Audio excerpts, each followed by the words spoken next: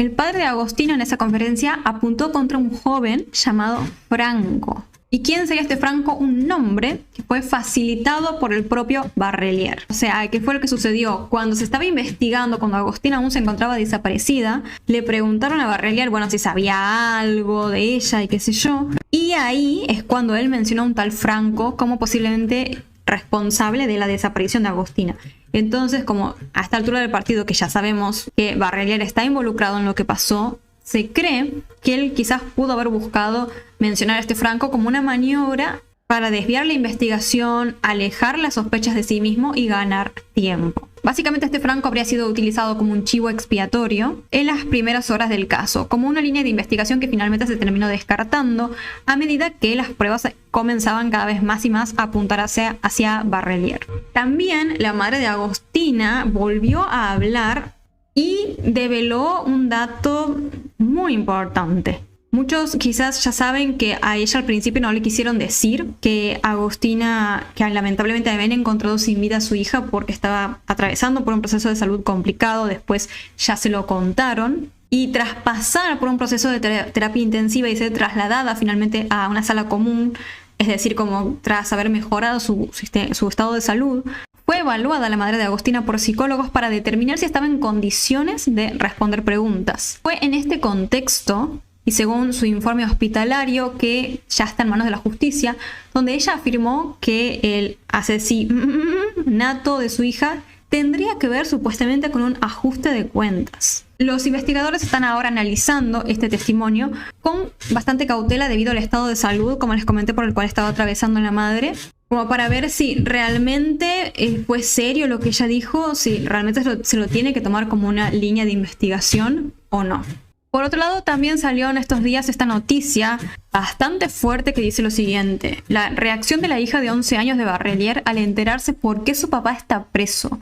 Esto me impactó un montón porque, este tipo era padre de una pequeña de 11 años y aún así, no sé, es como que le hizo a Agostina. Es como que, sí, de por sí no tiene nombre, no hay forma de describir la espantosidad que este sujeto hizo, pero no sé, me da escalofríos al pensar que encima era padre y, no sé, bueno, un horror. Dice la nota entonces: el brutal caso de Agostina Vega en Córdoba sumó un nuevo capítulo este martes cuando la mamá de Barrelier, el único detenido por el hecho, respondió a las preguntas de la prensa y dio detalles de cómo se encuentra su nieta en medio de toda la situación. Tras ser consultada sobre si la hija de Barrelier comprendía por qué su padre está preso, Viviana confirmó que la menor ya sabe la verdad. Dijo: mi nieta, ¿cómo puede estar? Ya sabe, se lo contamos, dijo la mujer. Ay, qué fuerte, chicos, contarle algo así a una chica, ¿no? O sea, como, no sé, un espanto.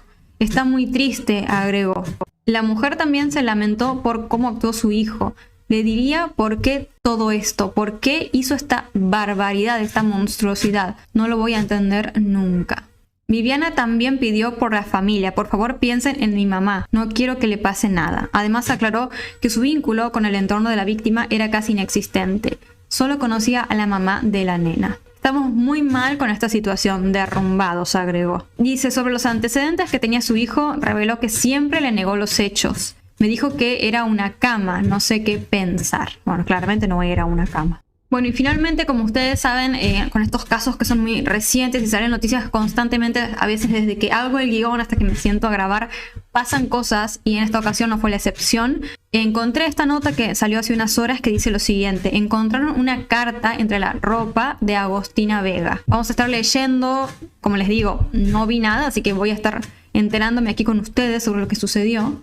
Y dice lo siguiente: la investigación por el caso de Agostina sigue su curso y este miércoles la familia por parte de la madre, acercó una prueba a la fiscalía. El fiscal Raúl Garzón recibió a los abuelos de Agostina, quienes llegaron junto a su abogado. A la salida, el letrado dialogó con los medios y aseguró que la dueña del Ford Ka, que usó Barrelier, es decir, su supuesta amante, ya sabía que el hombre estaba siendo observado por la justicia. Por esto dijo que hay un mérito para investigarla y dio a entender que podría haber cometido el delito de encubrimiento. Claro, que aparentemente cuando ella le prestó el auto, ella ya sabía que el tipo estaba en algo turbio y aún así decidió prestárselo, ¿no? Luego, en diálogo con Canal 10, Miguel explicó que la prueba que llevaron a la fiscalía es algo muy importante para nosotros. Este martes estuvieron acomodando y limpiando la habitación de Agostina y allí encontraron una carta en la ropa interior. Ay, ¿cómo es eso? Dice, la carta decía el sufrimiento que vivió por parte de su padre. Eso está en fiscalía. Por último contó que Melissa, la madre, sigue en el hospital y la defendió. Mi hija es una madre, es una mujer que tiene equivocaciones como todo ser humano. Le hubiera sido imposible hacerle daño a mi nieta. Esto lo dice porque muchas personas piensan que quizás la madre de alguna forma está involucrada. Si quieren, analizamos un poco más eso en los siguientes videos, o les traigo información más detallada sobre por qué se cree eso. Pero bueno, es un poco por el hecho de que ella era pareja de Barrelier, ¿no? Que es uno de los que es el principal sospechoso, básicamente. Así que bueno, aparentemente pasó eso, como que encontraron esta carta en donde Agostina reflejaba haber sufrido por parte de su padre. No sé si eso tendrá mucho que ver con el caso, pero obviamente todo tiene que ser investigado. Más o menos hasta aquí llega el caso, las investigaciones hasta el día de hoy. Este es un caso, bueno, como ustedes podrán haber visto, absolutamente espantoso. No hay palabras para describirlo, para procesarlo. Es un espanto. O sea, estamos hablando de una víctima muy pequeña, muy pequeña. Y no importa igual, al fin y al cabo, como la edad, ¿no? O sea, es como...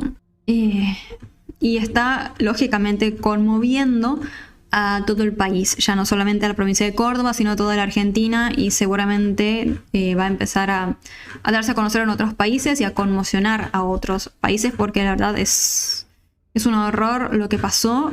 Y lógicamente, a menos como se hizo muy conocido el caso, todo el país ya va a estar esperando justicia por Agostina. Esperamos que se haga la justicia que tiene que ser, que se condene con la mayor pena a los culpables y que se dé con todos los culpables, que se siga investigando para ver si existieron más personas involucradas y que bueno, que paguen todos los que tengan que pagar, porque esto es un horror, es un espanto, es una cosa que no se puede creer. O sea, es como, ¿cómo se puede? Bueno, ¿qué puedo decir de esto? O sea, como pienso así, ¿cómo se puede ser tan asqueroso, tan sorete en esta vida? Es como que ya nada me sorprende a esa altura. Las personas no tienen límite con la maldad. Vamos a esperar entonces justicia por Agostina y lógicamente vamos a estar atentos a ver cómo continúa el caso y cómo siguen las investigaciones. Bueno, esta es una actualización rápida, ya que todo lo que estuvo pasando en sí a detalle lo vamos a estar viendo en un próximo video, pero quería comentarles como lo más importante quizás de lo que estuvo sucediendo en estos últimos días con respecto al caso. Así de forma rápida y resumida, porque como les digo, en el próximo video vamos a ver todo con detalle. Actualmente es importante mencionar que hay ahora 2 detenidos, ya no es uno solo. Por un lado lo tenemos a Barrelier, del cual ya hablamos, y que hoy en día sigue siendo el principal acusado. Y el segundo detenido es Osvaldo Faceta, amigo de Barrelier, quien vivía en su casa cuando sucedieron los hechos. Se dice que está imputado por presunto encubrimiento agravado. La autopsia de Agostina terminó detectando dos tipos diferentes de perfiles genéticos debajo de las uñas de Agostina, lo que podría sugerir un intento de defensa por su parte. Se busca ahora determinar si estos 2 perfiles genéticos corresponden justamente a los acusados o a una tercera persona. Se sospecha en sí que Faceta, este nuevo detenido, colaboró con Barrelier generando pistas falsas en el caso. Por ejemplo, realizando llamadas a la madre de Agostina para desviar la búsqueda, asegurando erróneamente que la joven estaba durmiendo. Por su parte, la defensa de Faceta sostiene que al momento de los hechos, él estaba trabajando en un kiosco en la calle Alem, versión que, según se dice, él podría confirmar mediante cámaras de seguridad de una panadería cercana. Algo importante, datos importantes en relación a este sujeto es que se dice que figura como deudor irrecuperable en el Banco Central, y además, esto que no me parece para nada menor, es que su hija, Evelyn Faceta, está cumpliendo una pena de prisión domiciliaria por nada más y nada menos que el asesinato de su pareja en el año 2019. Así que nada, esto es como una parte. En realidad estuvieron sucediendo bastantes cosas más con el caso, pero esto es como uno de los datos más importantes. Y como les decía, en el próximo video vamos a estar viendo todo lo que pasó en los últimos días con muchísimo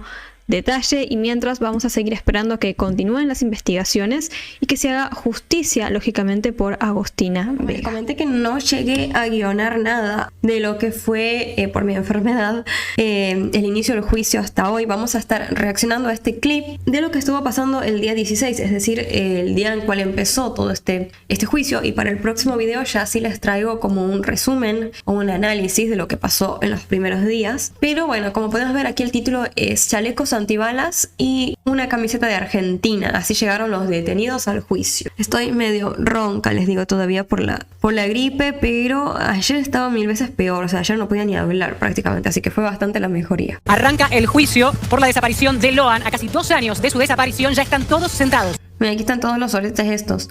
Aquí tenemos a Benítez. Esta es Callada, si no me equivoco. Sebastián Domenech, estás en vivo en el lugar.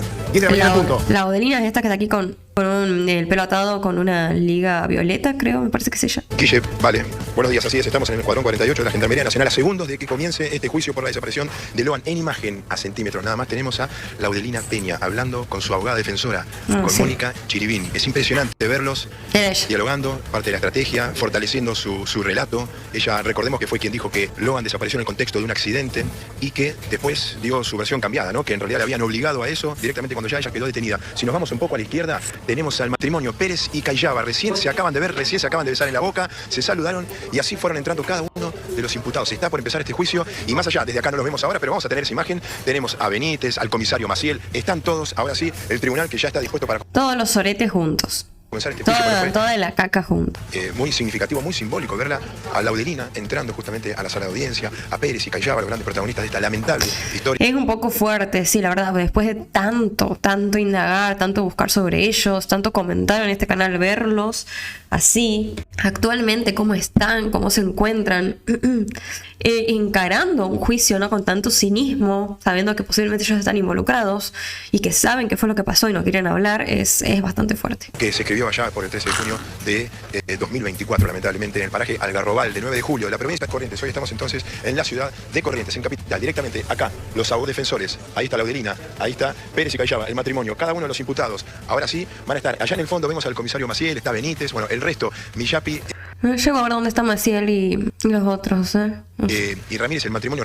A ver, ay, no sé. Recordemos que en realidad Millapi está en Neuquén con arresto domiciliario, Fierrito Ramírez que está. Claro, Millapi está con arresto domiciliario, es verdad, eso lo vimos en la serie, me parece, ya no se acuerdan, o lo vimos en la actualización anterior, no me acuerdo. Justamente en estos momentos, ahí acabamos de ver cómo le acaban de sacar las esposas, incluso el personal del Servicio Penitenciario Federal en este caso. Recordemos que es la justicia federal que está acusando por la sustracción del menor de Loan, en este caso, a estos 7 imputados. Pero también están aquellos 10 que tienen vinculación con la Fundación Lucio Dupuy. En nombre de esa Fundación Dupuy vinieron en plena investigación, se sumaron supuestamente para colaborar.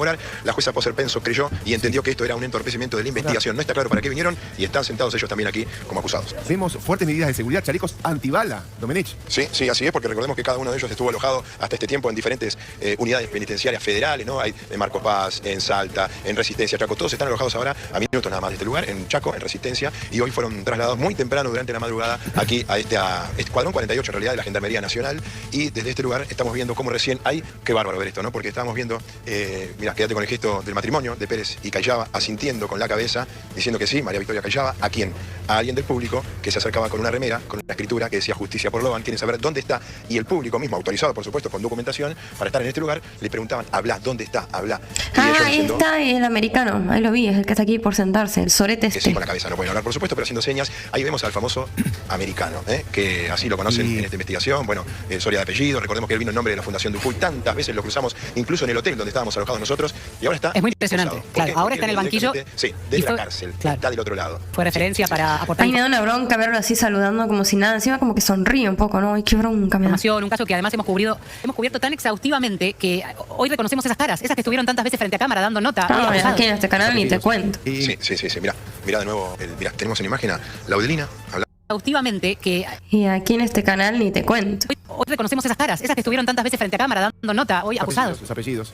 Sí, mira, mirá de nuevo, mirá, tenemos en imagen a Laudelina hablando con Mónica Chiribín, como decíamos antes, reforzando un poco el discurso, lo que van a decir. Recordemos que mañana tal vez es el día de la indagatoria para ellos. Tienen momento de hablar. Si no quieren responder preguntas de la fiscalía, de la querella, no lo hacen. Pero tienen su momento, si quieren, de hablar. Y ahí vemos cómo van hablando Pérez y Callaba. Es un matrimonio que en realidad no está junto, cada uno por supuesto, en su unidad penal. Claro. Y recién hoy se vieron, vimos cómo se saludaron y ahí están dialogando. Claro, ¿hace cuánto que no se verán ellos? Porque son matrimonio, pero están separados, ¿no?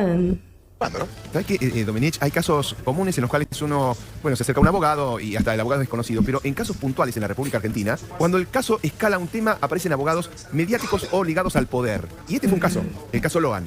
Pasó en su momento con... Sí, totalmente. ¿Estás de acuerdo? Cuando el caso se contamina a veces con política, aparecen ciertos abogados. Totalmente. Sí, la verdad, este fue el caso tal cual. Llegando con el comisario Maciel, y eso entorpeció bastante, embarró bastante la causa, no ayudó por lo menos mediáticamente. Todos chacales mediáticos que aparecieron, entre ellos abogados muy reconocidos, comunicadores, periodistas, de todos, que fueron generando una idea y un discurso en un caso que tal vez tiene varias hipótesis, tiene varias teorías. El tiempo fue limpiando esa información y bueno, aquí llegamos con la sustracción del menor, ¿no? Esa es, esto es una opinión mía, la figura elegante que formó la justicia, que encontró... Eso también existieron varios periodistas que podríamos pensar que están involucrados con el poder, ¿no? Quisieron apuntar a que creyamos ciertas teorías o ciertas ideas. Por eso siento que a veces el valor que tienen este tipo de canales donde se siguen estos casos es que nosotros, al menos la mayoría de creadores, vamos a ser imparciales en ese sentido. No todos, ojo, porque no todos, pero al menos yo por mi parte trato de ser lo más imparcial, de presentar la información siempre de la forma más objetiva, porque lamentablemente existen estos periodistas que sí, son periodistas, deberían difundir la verdad, pero hay muchos que están vendidos, entonces nos van a querer, lógicamente, difundir una idea que quizás no sea la realidad, básicamente. ¿Se da en el contexto de la trata de personas o en el hecho de un accidente? Bueno, eso es lo que no está claro. A la izquierda, mira, el público, en realidad, personas que vinieron con carteles a mostrar justamente sus pancartas, sus pequeñas remeras, banderas y demás, con la carita de Loan. Y a la derecha vamos a ver a Pérez, Callaba, Laudelina, y lo vemos a él, ¿no? Un hombre tan preparado, enfrentando ahora este debate oral, a centímetros de donde estamos relatando nosotros ahora. Quería preguntarte cómo es la dinámica dentro de la audiencia, cuánto les van a permitir a ustedes estar con las cámaras, cómo se va a desarrollar cada una de las audiencias. Esta imagen no es habitual, de permitir el ingreso frente a frente, más allá de que hay tantos abogados, tantos acusados y demás, que hay un despliegue mayúsculo, pero esto de que les permitan acercarse hasta el frente de donde están esos sentados. Sí, exactamente, vale. Mira, ahora nos tenemos que ir, se cortó acá, el Gendarmería nos está ya amablemente sacando, y está bien porque nos dejaron grabar todo esto, prensa del tribunal incluso nos dejó grabar estos segundos, nosotros vamos a poder seguir trabajando desde afuera, entonces podemos salir al aire, si les parece nosotros sí podemos ser parte, ver el debate desde adentro, yo como periodista podré llegar a notar, escuchar, ver todos los movimientos y salir al aire desde afuera, así que si les parece, bueno, yo debería cortar porque ya estamos saliendo, un debate entonces para redondear, que son 17 imputados, más de 180 testigos, muchos meses de audiencias, y hoy se viene el momento del planteo de nulidades, cuestiones muy técnicas. Mañana tal vez la palabra de alguno de los imputados y el jueves sí el testimonio de mamá y papá de Loan. Mira, Domenech, reacomodate. Acá tenemos el detalle, Valeria, de... con tanto que lucharon los padres de Loan para que se haga este juicio ahora, ya no estoy pudiendo hablar, chicos, ya me está haciendo miércoles la voz. Va a ser muy emotivo seguramente escuchar lo que van a decir, ¿no? Porque ellos la super pelearon para que el juicio se desarrolle ahora y no dentro de mucho más tiempo como se había pensado que suceda, que para octubre, ¿se acuerdan? O sea, era muchísimo, o sea, estamos hablando de que cada mes, cada día aquí cuenta para poder llegar a dar con el paradero de Loan y quien dice quizás hasta encontrarlo con vida.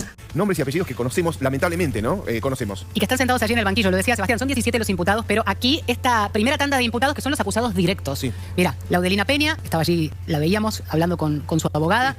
Está Antonio Benítez, Mónica de Carmen Millapi, Daniel Ramírez, nombres y apellidos que conocemos muy bien. ¿Qué más? Victoria Callaba, Carlos Pérez, matrimonio, la camioneta y todos estos detalles que te estuvimos contando a lo largo de los últimos meses. Y Walter Maciel, el policía. Después haremos una radiografía de cada uno de estos nombres, pero están los otros relacionados con esta asociación que en un momento vino a colaborar. Y decíamos, ¿cómo? Claro, viajaron desde Buenos Aires y ahí estaban. También ahora acusados. Sí, Laudelina Peña, tía paterna de Loan. Sí. Antonio Benítez, esposo de Laudelina Peña. Bueno, me salté esa parte del repaso de los acusados porque ya es algo que vimos muchas veces en el canal.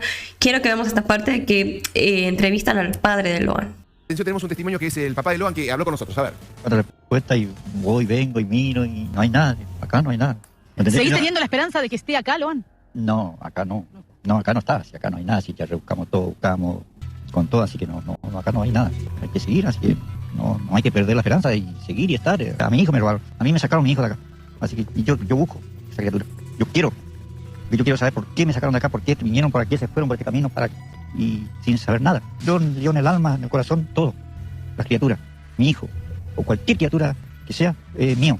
Porque yo le amo como cualquiera. Te van a preguntar qué pasó ese 13 de junio del 2024, ese mediodía. ¿Lo recordás? ¿Lo estuviste repasando? Sí, yo me recuerdo que estuvimos sentados ahí, nos quedamos 15 minutos de que nos distraímos De sobremesa. De sobremesa nomás, y de ahí que se desapareció el bar. Te quiero hacer, Pero ese, como que, ¿por qué no dijo, sí, vamos para el Naranjal? te quiero hacer esas Vamos. preguntas. ¿Nadie les dijo a ustedes, nos vamos al Naranjal, Loan viene con nosotros al Naranjal? No, nadie dijo, No, vamos se al lo Naranjal, sacaron. vamos porque queremos Se decir lo eso. sacaron, como vimos, de hecho, en la reconstrucción de hace rato el capítulo de la serie, se lo sacaron sin decirle nada. ¿No? Yo si salgo allá me digo, bueno, vamos al monte, por ejemplo, acá, o vamos al Naranjal. ¿Y dónde es el Naranjal? Si yo no sé dónde es el Naranjal. ¿Quién crees que te está mintiendo? De las personas que están hoy detenidas. ¿Dónde crees que Su está la propia verdad? hermana. Y debe estar entre los 7, yo digo que está entre los 7 ahí. Sabes que esos 7 tienen la verdad. Y tiene que tener la verdad porque ¿cómo se va a desaparecer acá una criatura? Un caso tan misterioso, lleno de preguntas todavía, y esto es en vivo, ¿eh? Esto está pasando ahora dentro del Esa es tribunal. Lo que quedará y vamos Miyapi, no parece Miyapi esa. a poder ir viendo. Es una transmisión en streaming del propio tribunal. Ves allí al tribunal y ves a Mónica Miyapi, pareja de Fierrito, esta pareja amiga invitada a la cena. Después viste que repasamos en la foto cada Claro, porque Miyapi está, bueno, como está como en prisión domiciliaria, por eso está como en videollamada. uno de los integrantes. A ella, recordemos, le dieron la domiciliaria porque tenía hijos pequeños, entonces, bueno, pensaban que tenían que estar con la madre, qué sé yo. ¿Dónde se sentaban? ¿Qué miraban? Estaban comiendo fideos. Los invitaron a su casa en plena confianza, se supone. Sí, un día aparentemente normal, un almuerzo, y viste como en las peores películas de misterio, todos parecen sospechosos, todos parecen culpables. Y lo llamativo también de esta audiencia es que tenés ahora enfrentados en un punto, porque está el papá, está la mamá de un lado, ¿no? Como de alguna manera esperando respuestas, y quienes estaban sentados en confianza en su mesa aquel fin de semana están hoy en el banquillo de los acusados. Exacto. Está levantando señal otra vez Sebastián Domenech, tuvo que abandonar la sala. Esta es la señal que nos está dando el Ministerio de Justicia correntino, el Poder Judicial correntino, para mejor decir. Y ahí vemos a Mónica Miyapi. Puso como un telón negro atrás. Está sentada en el banquillo de los acusados. Tribunal Oral de Corrientes. Vemos ahí a 4 magistrados. Que hoy tendrán básicamente la misión de leer las acusaciones. Es casi una audiencia formal. No empezarán los testimonios más importantes, los fundamentales. Y la gran pregunta, como vos decías, Guille, después de un caso Sí. que ha tenido tantas aristas y además que ha tenido tantos testimonios en la previa, ¿no? Mediáticamente, que uno dice, ¿qué podrán aportar de nuevo? ¿Qué podrán aportar los acusados si es que algo tienen para decir y algo saben que callaron hasta ahora? Exactamente. Enseguida retomamos. La idea es eso, un poco que se quiebren, que tiren algo que por ahí no habían tirado hasta el momento, ¿no? Ay, estoy muy mal de la voz, no sé cómo voy a hacer para terminar de grabar este video, chicos. O sea, ya no podía ni hablar casi y se está notando un poco eso ahora. Como que siento que mi garganta ya fue utilizada hasta donde podía por el día de hoy.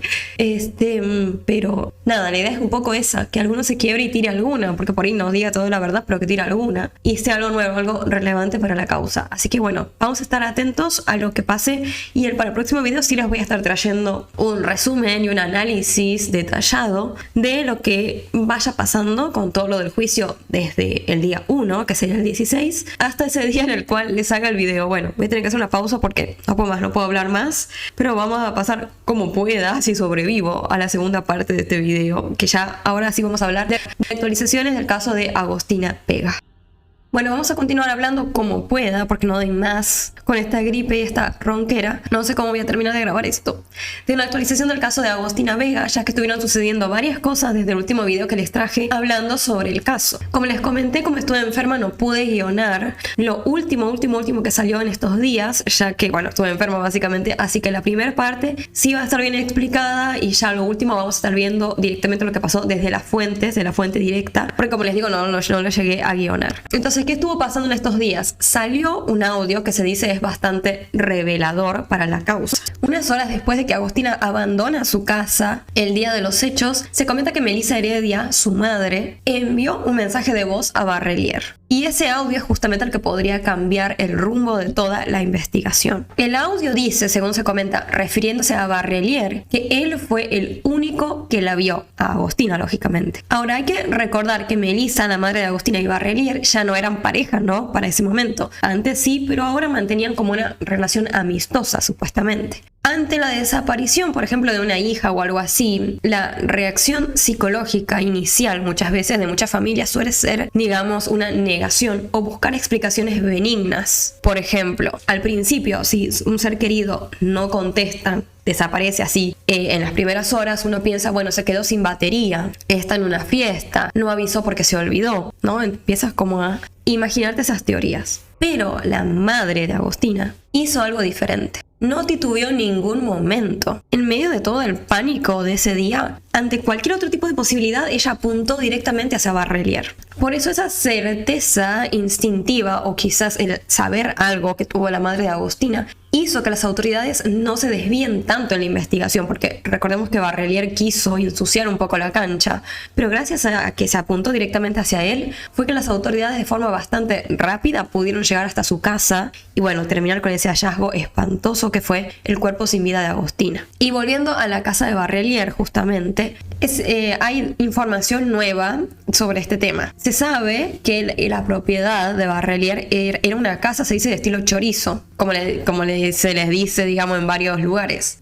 Estas casas antiguas que eran como alargadas, con habitaciones conectadas una tras otra, ¿no? Por eso se le dice casa chorizo, porque es como alargada y hay como diferentes habitaciones así, conectadas por un pasillo. Una arquitectura muy típica de varios lugares de Argentina, pero en este caso se comenta que la casa estaba en condiciones deplorables. Bueno, deplorable sería poco en realidad. El propio abogado defensor de uno de los imputados describió que esa casa era como una especie de contenedor de basura, una mugre total. Y sin embargo, como sabemos, cuando la policía interrumpió por primera vez ahí, se encontró con algo muy distinto. Se encontraron con una casa limpia, con olor a lavandina muy fuerte. Y ya sabemos que Barrelier no limpió por un tema de estética o por querer vivir en un lugar más limpio, sino porque intentó alterar la realidad, de borrar huellas que había ahí en esa casa. Sabemos que la policía aplicó luminol en esa casa y encontraron, bueno, cosas espantosas por todos lados. Eso que vimos en el video anterior, que les hice una descripción bastante detallada, lamentablemente, de lo feo que se encontró ahí. Pero lo nuevo de todo esto es que el epicentro de todo este hallazgo biológico, por así decirlo, fue un infame dormitorio ciego. Ay, chicos, perdón, estoy muy ronca por la gripe, perdón si no se me entiende bien, de verdad, o sea, estoy tratando de hacer mi mejor esfuerzo. Bueno, si uno escucha la palabra dormitorio ciego, es como que ya lo escuchas y te da escalofríos. Estamos hablando de una especie de dormitorio sin ventanas al exterior, con una única vía de entrada y salida desde el interior de la casa. Literalmente era un lugar diseñado para el aislamiento total. Se comenta que fue ahí donde la reacción del luminol fue muchísimo más intensa. Por lo tanto, se tiene la teoría de que ese lugar fue la escena principal del ataque. Y lo más perturbador es que ese cuarto en sí no le pertenecía a Barrelier. Era de, adivinen quién, Osvaldo Faceta, el segundo detenido en el caso. Él, según declaró, no estaba supuestamente en ese momento en la casa, por ende todas estas cosas horribles estaban sucediendo, según su propia versión, en su cuarto sin que él esté presente. Y luego se comenta que Barrelier fue a un local cercano y compró allí arena, una bolsa de cal y un serrucho. ¿Y qué fin podrían tener estos elementos? Bueno, en criminología forense la cal tiene un propósito histórico, pero muy específico. Se utiliza para alterar el pH del entorno y así acelerar la descomposición de los tejidos. Además, también absorbe los gases que producen el olor a putrefacciones. Por eso que vemos que en muchos casos policiales se utilizó cal a la hora de enterrar a las víctimas, lamentablemente. Pero, nuevamente, es incoherente pensar que una sola persona pueda hacer todo esto. Es difícil que puedas no solamente cometer el hecho solo, sino también después deshacerte del cuerpo solo. Y aquí es cuando entra en clave un mensaje que podríamos llamarlo el mensaje de la muerte. Se comenta que antes de que sucedieran los hechos, Barrelier le envió un mensaje de texto a Faceta, el inquilino de ese dormitorio ciego, y le decía en el mensaje: esta noche no vengas a dormir porque tengo algo. Y luego en esa misma cadena logística aparece la figura de Soledad Andreani, la tercera detenida en este caso. De ella ya hablamos con detalle en el video anterior. Al igual que esa casa, como ya sabemos, el auto de Soledad fue devuelto tras haber sido sometido a un lavado extremo. Sería el mismo intento de esterilización, pero ahora sometido a un auto, ¿no? Lo mismo que se hizo en la casa se hizo con el auto. Pero como en toda estructura criminal que se improvisa, digamos, sobre la marcha, para encubrir un hecho tan brutal como este, la presión es demasiada. Las alianzas muchas veces se suelen fracturar cuando los acusados se dan cuenta de los años de cárcel a los cuales se enfrentan, si por ejemplo siguen encubriendo el hecho. Y la fractura más grande en este caso vino por parte de la defensa de Faceta, justamente. Faceta confesó durante los últimos días algo bastante espeluznante. Según comentan algunas fuentes, se dice que Agostina un día se tenía puesto un buzo negro o una sudadera, bueno, no sé cómo le dirán en su país, con un escudo de un club de fútbol. Pero esa prenda no era de ella, era, adivinen de quién, sí, de Barrelier justamente. Un tipo tipo adulto que encima era el exnovio de la madre de Agostina. Entonces esta declaración que nos denotaría, bueno, básicamente nos da a entender que había nos da a entender como el nivel de confianza previo que existía entre Agostina y Barrelier. Barrelier de esta forma se convierte en una especie de perpetrador que no era una persona oscura que apareció de la nada, no, era una persona con total acceso al entorno familiar. Se comenta que este día que Agostina llevaba esta camiseta de este tipo, estaban viendo un partido de fútbol y dice que Barrelier se acercó a Agostina.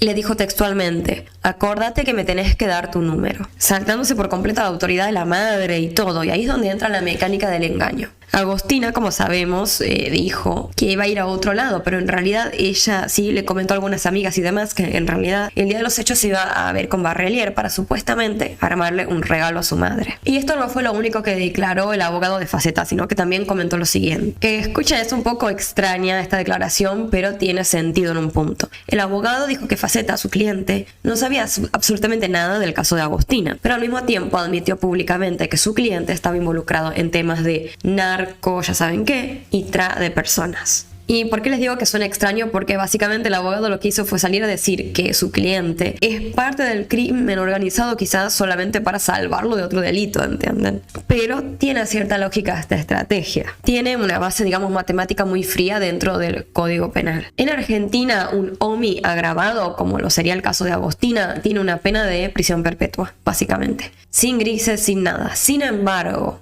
los delitos vinculados al narcomenudeo o incluso a ciertas figuras de encubrimiento, aunque son muy graves, tienen escalas penales menores e incluso en algunos casos específicos pueden ser hasta excarcelables o permitir, por ejemplo, salidas transitorias en el largo plazo. Al hacer este movimiento tan arriesgado para salvar a su cliente, la defensa de Faceta abrió prácticamente una caja de Pandora judicial impresionante. Ahora, la querella, que representa lógicamente a la familia de Agostina, tomó todo esto y admitieron que en esa casa donde sucedieron todos los hechos, la casa de Barrelier, operaba una especie de red de y con esto le empezaron a dar como contexto a este tema del lavado del auto de Soledad Andreani. Ellos argumentan que Soledad no era una amiga, una persona ingenua que prestó su auto sin saber lo que le esperaba, o sea, no. La querella argumenta que esto la convierte a ella en un engranaje, una participante activa en la logística de operativa de toda esta red. Y todo este error estratégico es lo que nos lleva a una de las teorías más oscuras de todo este caso. Alejándonos por completo quizás de la teoría de un crimen posiblemente pasional o aislado. Y aquí es donde entra un segundo audio, también muy complejo y muy clave, de la madre de Agostina. Este segundo audio es un audio que de igual manera hiela por completo la sangre.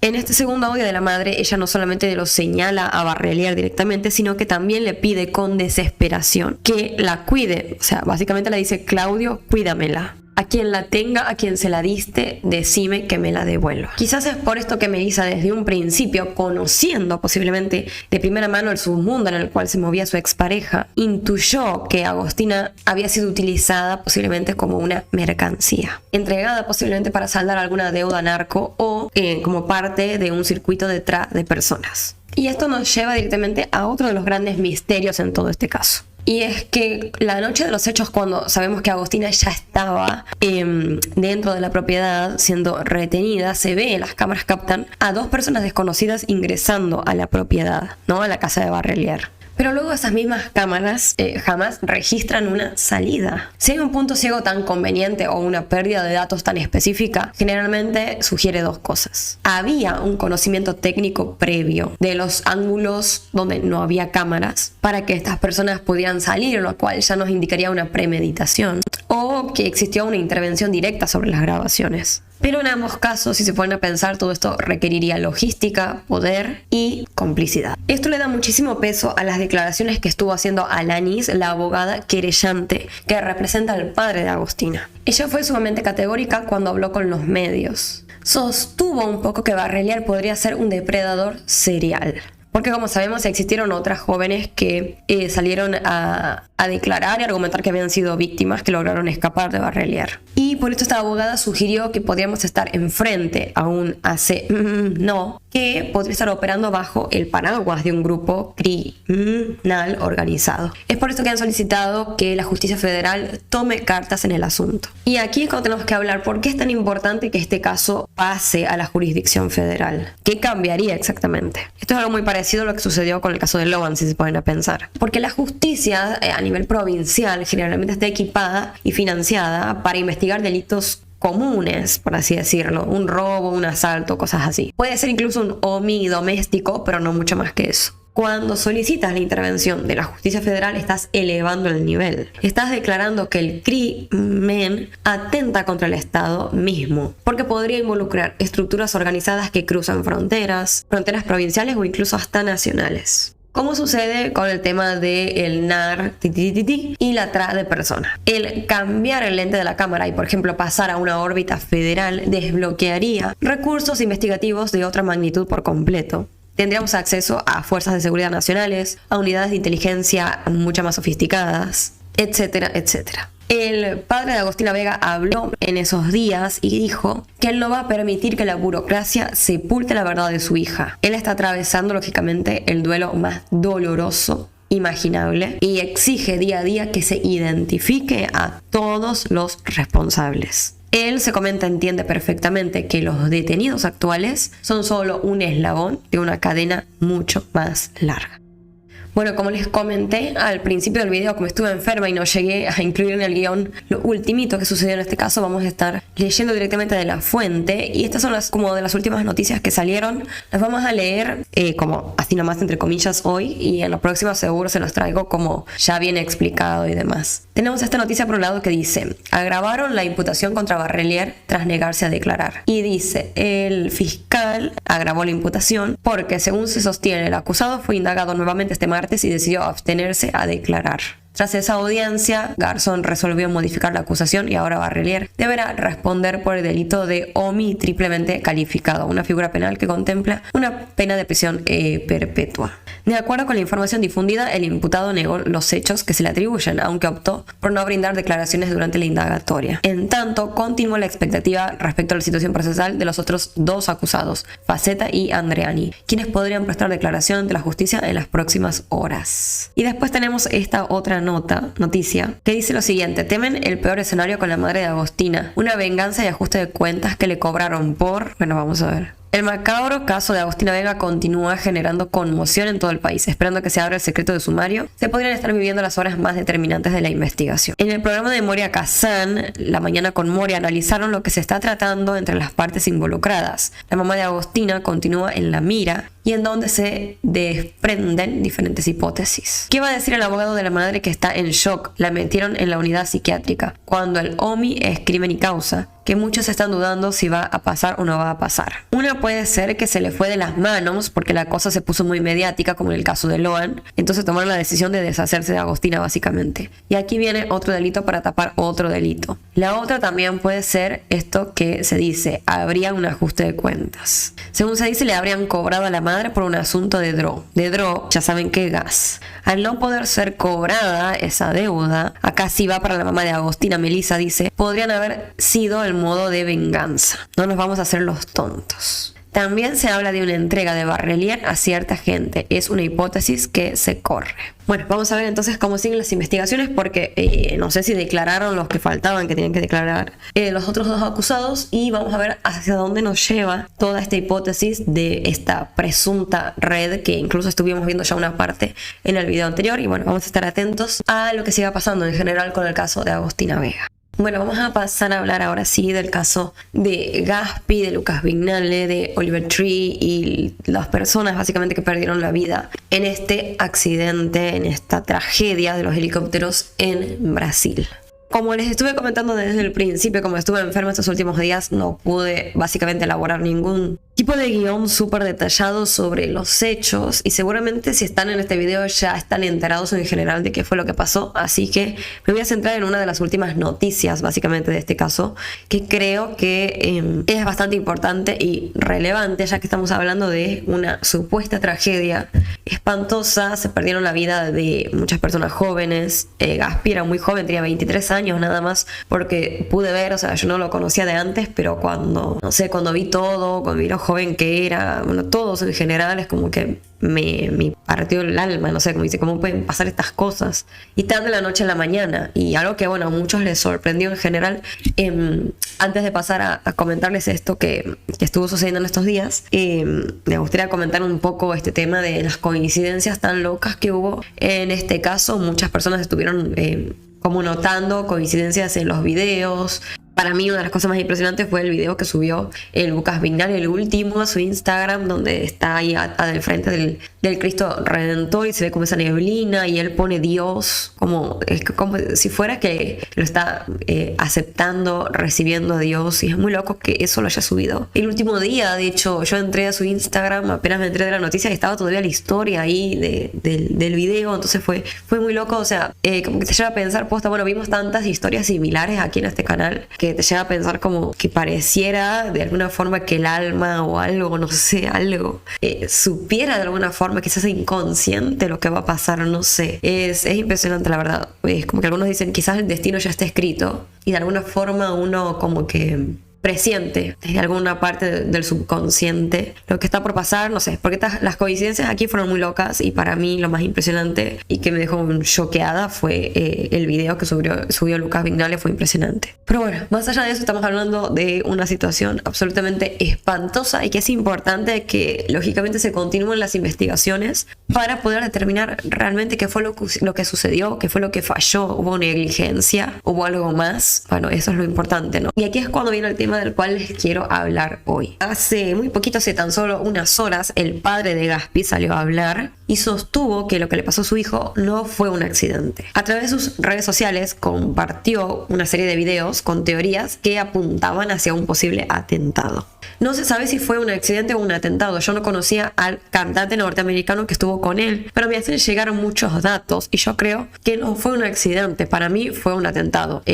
Comentó el padre de Gaspi en un diálogo con Clarín. Además compartió una publicación que hizo un influencer llamado Michelo, que decía lo siguiente: ¿por qué perdieron la vida Oliver Tree y Gaspi? Porque se metieron con los poderosos, dice. Oliver Tree denuncia públicamente a la élite norteamericana y renunció a una disquera para hablar con más libertad, sin filtros y de forma independiente. Gaspi se había acoplado para amplificarlo, y momentos después sus helicópteros chocan en un suceso misterioso y casi imposible. Les pido disculpas una vez más por mi voz, estoy muy ronca porque estoy atravesando por una gripe, así que perdón por eso. No afirmo conspiración. Planteo una teoría incómoda sobre hechos previos, posteriores y silencios tras su deceso, terminaba diciendo este influencer. Luego el padre de Gaspi también compartió un video en donde se hablaba de una persona llamada Kobe Bryant, quien perdió la vida a los 44 años en un accidente de helicóptero mientras le estaba haciendo un juicio a las farmacéuticas de Estados Unidos. Y añadió, dice, hace 8 semanas Oliver Tree graba su mejor álbum en Atlantic Records. Gaspi destrabó la censura en Argentina. Probablemente hizo la misión más importante del siglo XXI en Argentina y en Latinoamérica. A pesar de esto, no se compartieron, según se comenta, fuentes para sustentar dichas afirmaciones. Pero no doy más con mi resfrío y mi voz. Así que es más que nada para cerrar el tema de Gaspi por el día de hoy, porque, bueno, de este caso en general, porque, bueno, vamos a ir viendo si surgen actualizaciones relevantes o avances en la investigación o lo que sea. Pero creo que este caso una vez más nos lleva, más allá de si pensar si fue un atentado, si fue un accidente, lo que sea, nos lleva a reflexionar sobre la fragilidad de la vida, que es algo que hablamos mucho en este canal, porque es algo que lamentablemente vemos mucho. Y lo importante que es ser conscientes de que no tenemos la vida asegurada, no tenemos el mañana asegurado, y a veces estas historias nos desconfiguran un poco de eso, esta idea de estar siempre pensando tanto en el futuro o en el mañana o en qué va a ser sí y todo eso. No es tampoco la idea de descuidar el futuro y vivir viva la pepa, pero a lo que voy es que quizás le damos demasiado peso muchas veces a pensar en un futuro que lo tenemos asegurado. Yo personalmente estaba en el último tiempo muy mañosa con el tema del futuro, ¿no? Que tengo que hacer esto porque el día de mañana tal cosa, tal cosa, tal cosa. Y apareció este caso y me como que, no sé, me desdobló todo y dije, o sea, estoy descuidando parte de mi presente, concentrándome tanto en un futuro que ni siquiera sé si tengo. Entonces es como... estas historias nos llevan a pensar eso, en que tenemos que